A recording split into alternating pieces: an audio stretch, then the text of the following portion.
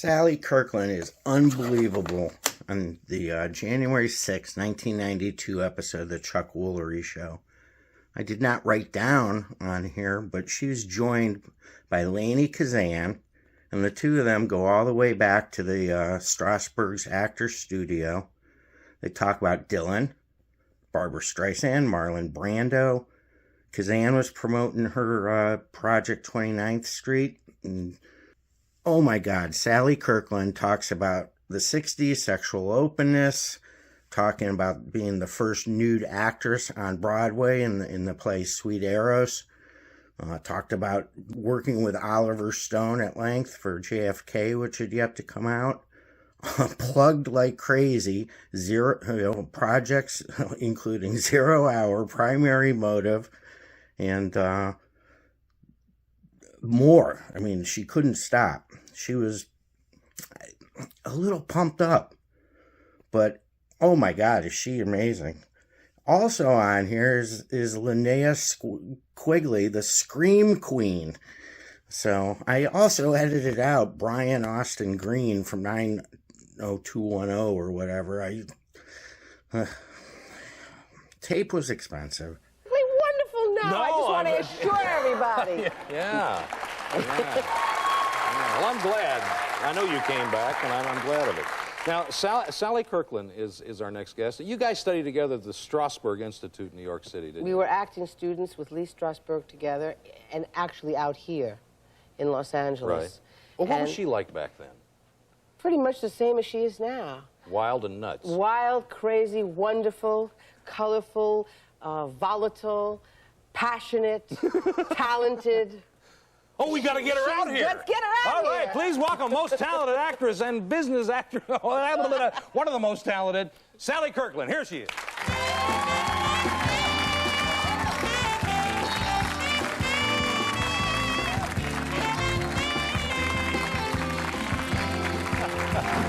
Have a seat right here. No, you don't want to sit on that. It'll hurt yourself. That was, I didn't even pay her to say all that. Well, she likes you. I love you. Yeah, you two go way back, don't you? Am I close enough? Yeah, you get close as you want. Okay, well, let's talk. Yeah. What was she like back then? Who, Well, me? You know what I mean? I was present the night she took over for Streisand.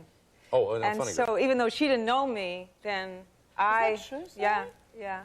So, I mean, we're both New York stage actors, so, I mean, whenever any of us weren't working, I'm sure we were all seeing other actors perform. So I saw Barbara do it, who I then did The Way We Were in A Star Is Born with.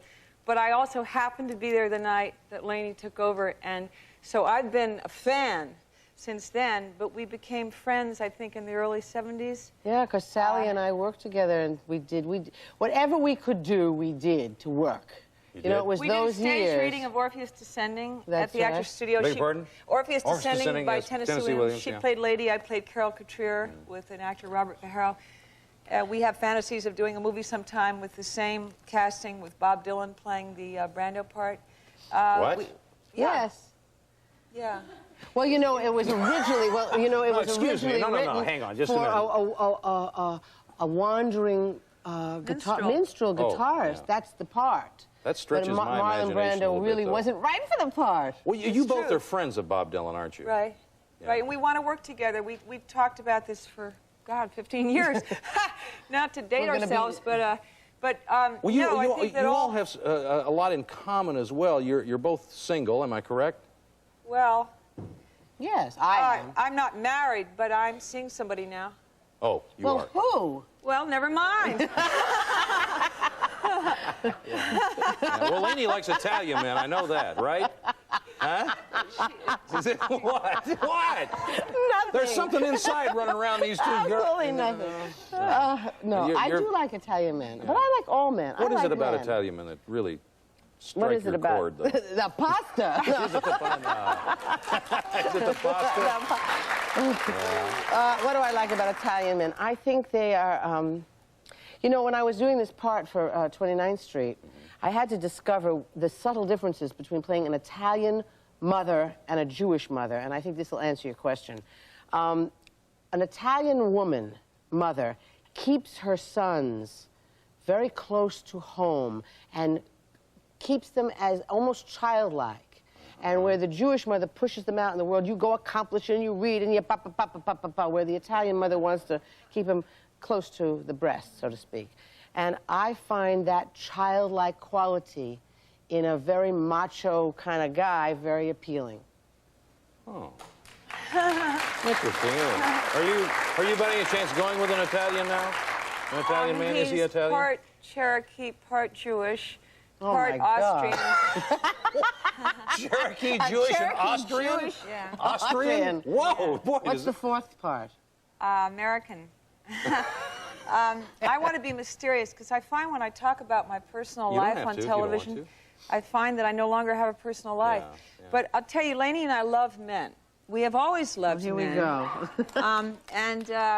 You know, in this day and age, I think we stand for freedom and. We come from an era of that, you know, which Yeah. is, it's been unfortunately misused, and we were very misguided. What do you mean? What are you talking about? Well, the 60s and the 70s, is that what you... Well, no, I didn't mean that, but since you brought it up, she had her down point. I was an Andy Warhol superstar at one point, and I was pronounced dead. But I'm here now. And but in the 60s...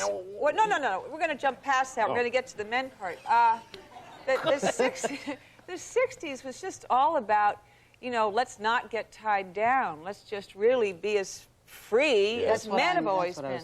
And you're still like that. Yeah, nowadays, the 90s, everyone's getting more old-fashioned because of, you know, the We're going back to Disease. families now.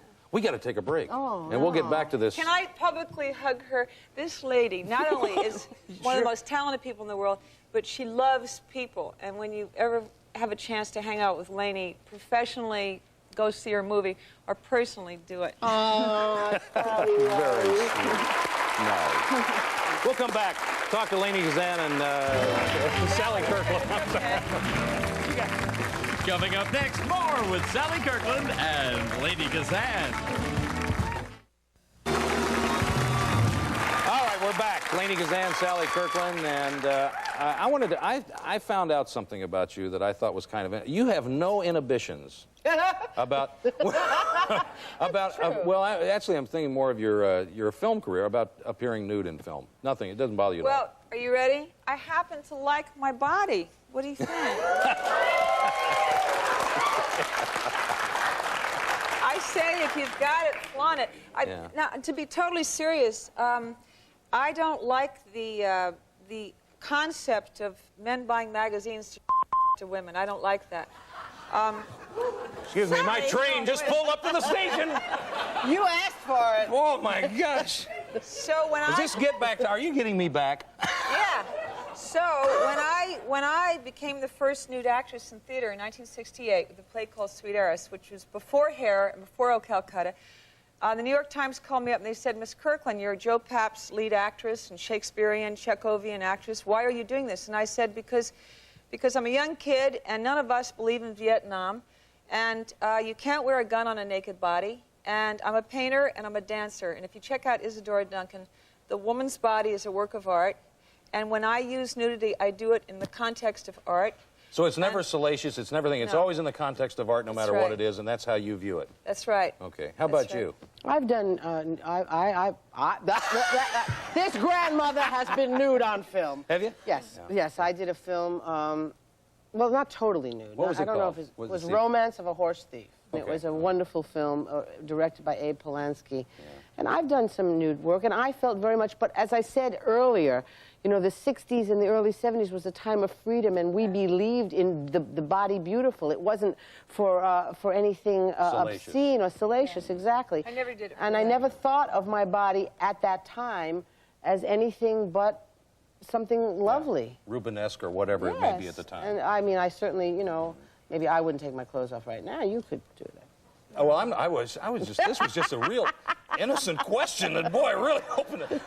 Now, I want to talk about the movie that you're doing. You're doing a movie, JFK. You've done it. You've completed it, right? 7 movies coming out between now and a year from now. Well, this one right now, though, is coming up pretty soon. The one called coming out in JFK. December, and I'm not a star of it. I did a cameo because I respect Oliver Stone so much. And Now, Kevin this is Costner. very secretive, this film. Yeah. Yeah. If Well, there's for anybody obvious who would talk reasons. about it, it might be you, though. No. I signed You had to sign a waiver. All the actors and signed a actresses had to waiver. sign a waiver. Is that true? Yeah, Well, that they couldn't talk about the film. Well, because Can you tell us there's a anything lot of about it? details that happen in and around the assassination of Kennedy that is new information. And I know my part, it was new information to me, and it would ruin the concept of his film, I think, to give anything away. Oh, this is your second movie with Kevin Costner, isn't it? Yes, I did Revenge with him. I played the rock star. Yeah. But this, I think Oliver Stone is the most intense and maybe the most exciting on the level of intensity director I've ever worked with. And I was so touched that he sent me a letter and said he wanted to work with me again and how great I was to work with. Because it's very rare that someone of his talent will take the time to sit down and write a letter to you and thank you. He's a big gun in this town. Well, he's extremely brilliant, and I can't wait to see this film. That's JFK, and then in January I star on 0 Hour. Do you mind if I do this? I just kind of tell you what's coming up. Go ahead. If I star say on- no, I'm really a bad Okay. guy. So. I star as the mother of a little girl in 0 Hour, written by Ray Bradbury for USA Television, Oh, yeah. a movie, in January. And it's my child and all of the children of the world take over the planet, you know, in the moment where the world ends. And it's quite scary what happens to me. And then somewhere along January, February, Primary Motive is due to open with myself, Judd Nelson, John Savage, Richard Jordan, Justine Bateman. That's a political drama about what happens in a political campaign, what happens. And do you have another one other than that? Oh, yeah. And then I When started did you have producing. the time to do You that? realize that they're right home right now are actors and actresses going, could have had that part. We got to take a commercial. There are too No, many. no, no, wait. Just before the commercial, real quick. Ah! I do have time constraints. You owe me. Up next, Brian Austin Green. My next guest has made her mark in Hollywood in most unusual ways. She's literally screamed her way to the top. Please welcome the screen queen of Hollywood, Linnea Quigley.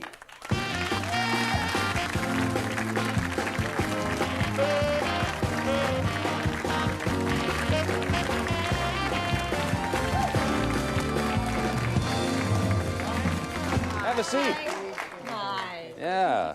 You massaged and killed me once, I remember. She told me this in the She dressing massaged room. and killed, did you? Yes. In a movie? In a movie, yes. Neither not one of us really. can remember the title, but Oh, it you're was... just like Lainie. She doesn't remember the cellar No, door I either. admit that I did this. You admit that she you did didn't it. admit it. I admit it. No, I'm kidding. I did remember her, and I remember the movie. I even remember that Chris Mankiewicz produced it, and I remember that it was that I was the killer, and that they were all javelin throwers and Well, some you would-be massaged her Olympic at one athletes. time or Yes, another. yes. Yeah. How did you get the nickname Scream Queen? Well, I got it from doing a lot of movies where I had to scream. I used to be a victim all the time, so I had to scream, you know, every time somebody attacked me. Are these like Robert, who am I trying to think of? Is it Corman? Roger Corman. Roger Corman, that's what I was saying. Yeah, like that. They're Corman. low-budget horror films. Were they his? No, they weren't. There were a lot of different people. Fred Olen Ray, Yeah. David Dakota. But How many have you done, horror films? I've done about 20 horror films, and then on 20? top of that, 10 like comedy horror type films. What do you get, typecast? I think so, yes. You scream good and they go, okay, let her do it. Well, Jamie Lee Curtis went on to Yes, even she did. bigger stardom from that, didn't she? Well, several ladies have. Yeah. Do you remember your very first film? Oh, yes. What Yes, was it? I do. The very first one I did that was a horror film was, I was like playing a high schooler, and my boyfriend goes off into the woods to relieve himself, and so he gets his head cut off, and then I go looking for him, and the killer comes after me, and so I'm running, and I trip, and I get my head cut off. Oh, you saw. I remember that. Brian, I big do. film on I Brian's remember list. that. Remember Yeah, that was pretty that? scary. This Friday night You drive-in saw his movie head, time. right, in a bush, wasn't Yeah, it? Okay. yeah. You know. See, you think I'm lying, but it's, No, I saw you it. know. I saw Yeah. it. Now, are you a natural screamer, or did you have to practice to do this? I've never practiced, but I'm a natural screamer. My mother's Do you also scream at home? Is she a natural screamer, your mom? No, no. What would happen if you did it now? What would happen if I did it now? To Oh, the- people might get headaches if I did it. Could she do Let it? me ask you this. Was this something that you always... Well, we'll have her do it. Maybe we may scream to commercial, but is this something that you've always wanted to do all your life? I think I always have. I was so shy. You know, Really? I never made anything. I never made cheerleading. I never made plays. I never made anything, and I was just completely shy. And then when I came to Hollywood, I got brave and started going out for parts and Was things. this therapeutic? Oh, it's very therapeutic, yeah. Because it's like being shy and then screaming and being killed and killing people. It was like, you know, Name a few of therapy. the movies that you've done. Hollywood Chainsaw Hookers. Hollywood Chainsaw Hookers. Yes. One of the memorable ones. Outstanding. Return of the Living. Brian loved this. He's over there applauding an outstanding film. Outstanding. He loved it. Then you must like Return of the Living Dead. Right, yes. I played a punk rocker named Trash in that. Oh, I saw that. Were you the punk rocker in that? Yeah. Oh, you Yeah. did an interesting scene in the there on top of the tombstone dance. tombstone. Yes. Hey, you Was saw that it, you? okay. See, Chuck? Okay, we have something in I common. did. I Okay. did see that. Oh, that's Okay. funny. It's like your life flashing before your eyes here. Yes. What else? Sorority Babes in the Slimeball Bowl-orama. I didn't see that one. Where do they show these movies? A lot on USA Up All Night. Yes, A lot I've of seen it. those I watch on them those. too. Yeah. I do. I watch that. I watch everything all night. That's But let me fair. ask you this: what did your parents think when you started making Oh, these boy. movies? Well, at first, this is really horrible. I would do movies, and then it would show up in the cable guide. I would go and, like, erase it. I would spend hours erasing it. So they wouldn't watch it because I was, like, ashamed. And then I brought them to the premiere of Hollywood Chainsaw Hookers. Where Picked a real good one for you. Yeah. You know, I'm dancing with chainsaws and things. And Did your parents send you, like, some kids' piano lessons? Do you go for screaming lessons? they did make me take piano, though. I want to ask you, were you a dancer? But speaking of that tombstone scene, because you danced awfully well in that.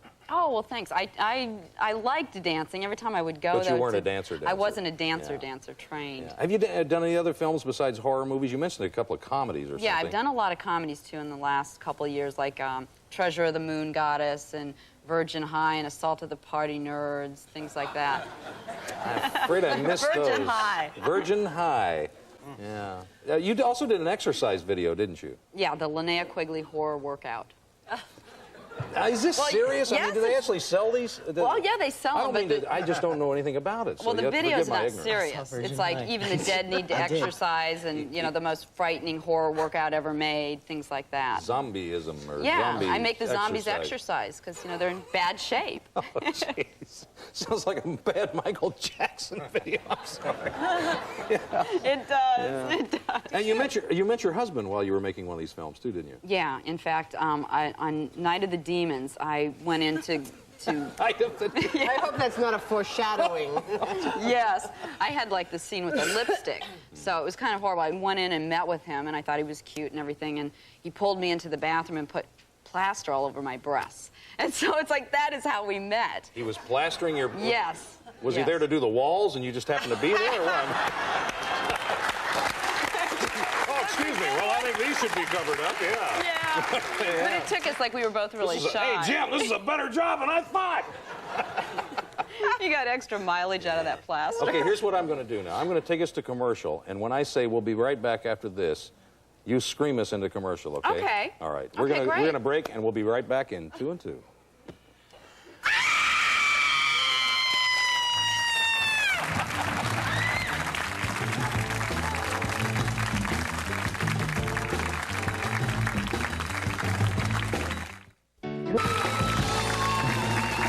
Well, we're back. I must tell you, this has been an interesting hour. It's kind of like dealing with a dysfunctional family. I mean that in the nicest way, by the way. Well, It's you just have been 7 fun. kids, Well, right? that's true, yes. But, boy, they're nothing like you guys.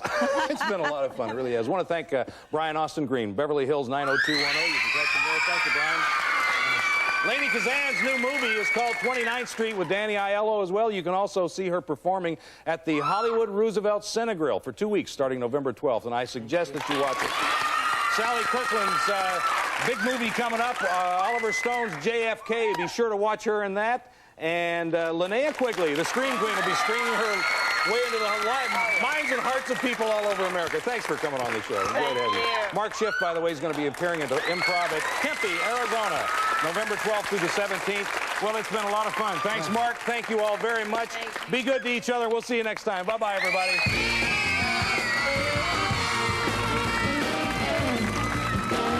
Transportation for the Chuck Woolery Show provided by Music Express, voted #1 by the National Limousine Association. For limousine needs anywhere in the U.S. and the world, Music Express.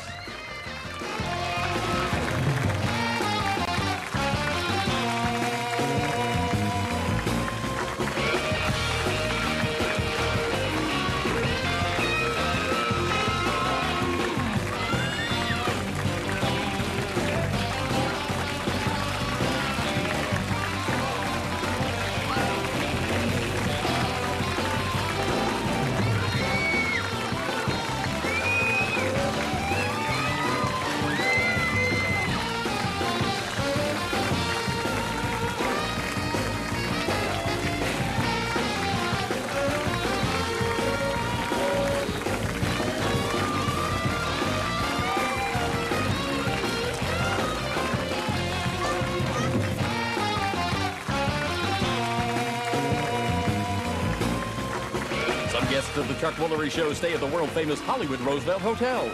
Chuck Woolery's wardrobe provided by Bernini.